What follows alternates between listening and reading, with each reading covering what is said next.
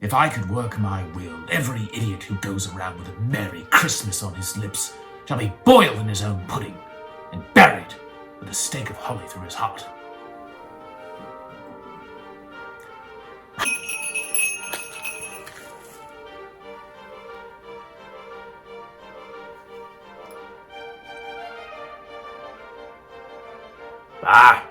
Humbug!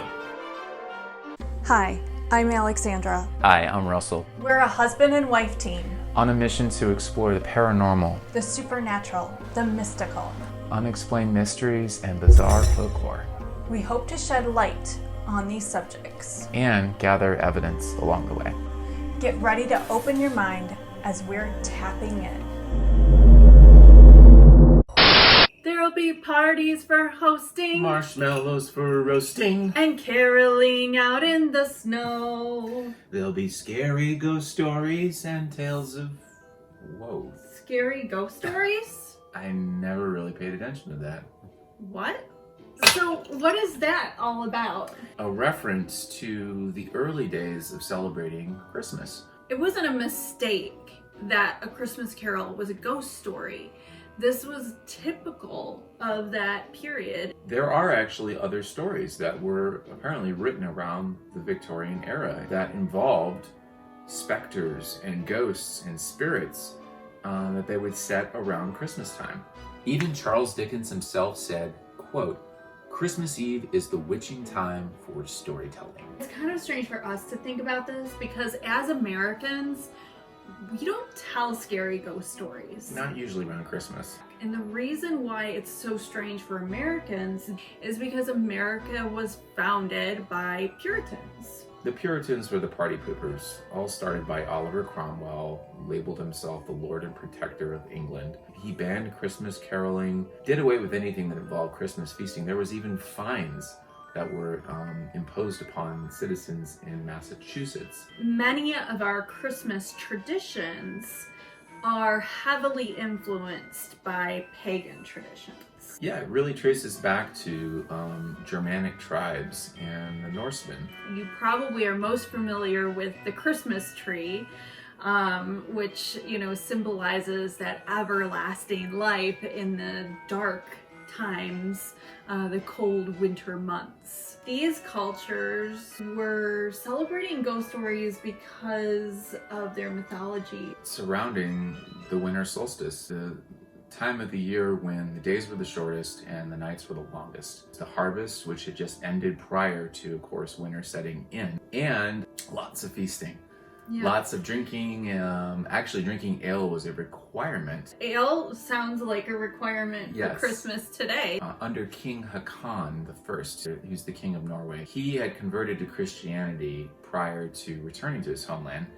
And when he brought it back with him, he played it on the down low because he didn't want to upset most of the chieftains who at that time still followed paganistic ways. It's no coincidence Christmas is right around the winter solstice. As Christianity was coming into pagan cultures, an easy way to get them to convert, of course, would be to have another celebration right around the celebration that they were already celebrating. But it also makes sense that you have, a time that's so dark. We're in the shortest days here in the Northern Hemisphere. Your day is ended. You're going to be sitting around the fire, right? And what are you going to be telling? Stories. Ghost stories. Especially stories that involve the underworld. We have a lot of symbology around keeping the fire burning, the return of light. Memories right? of lost ones, past battles, and warring between tribes. It was a time of reflection to be able to sort of think about what had transpired in the last year and the years before that. So it was very important for them to have a sense of bonding as they would tell these stories.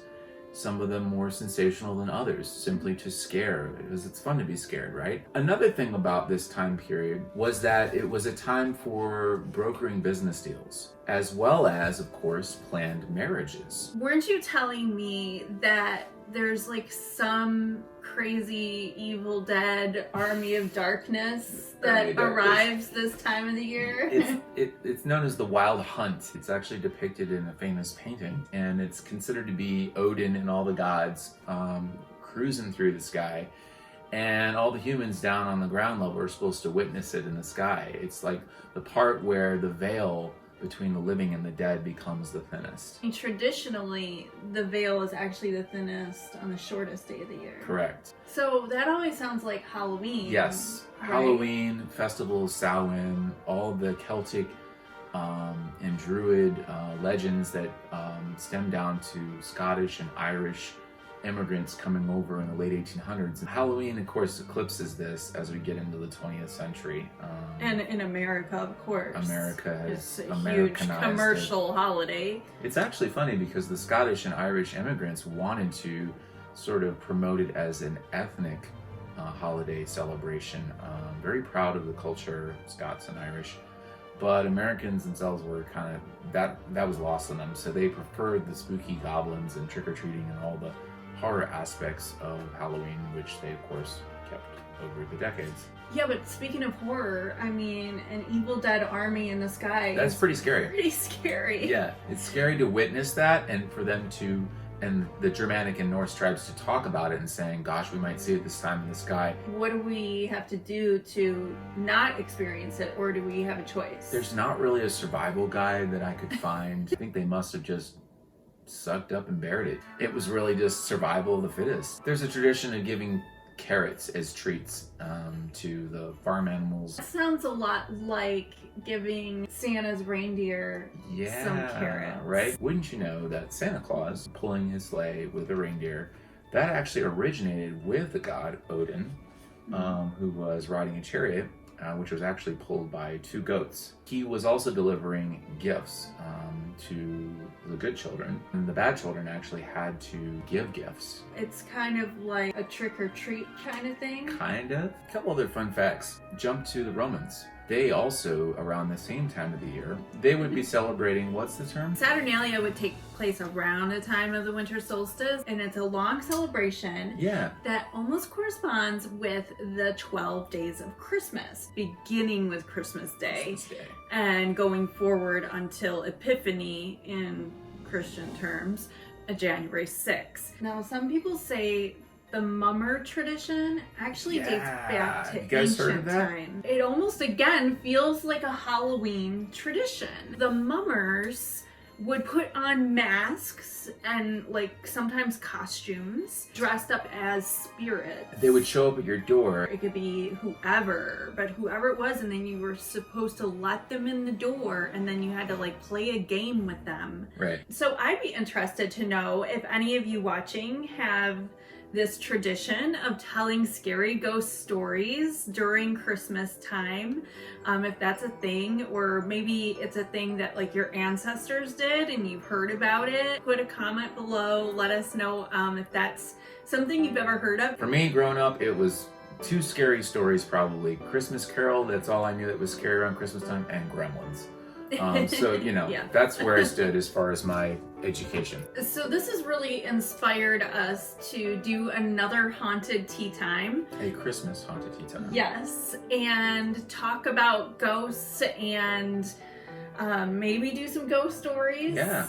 Maybe even bring in some messages from the deceased. We'll do that live and interactive once again, and we'll put the information in the description below. If you liked this episode today, go ahead and give us a thumbs up, and go ahead and comment any questions or comments that you have below, and don't forget to subscribe. Hit that notification bell so another angel gets its wings, and we'll see you next time.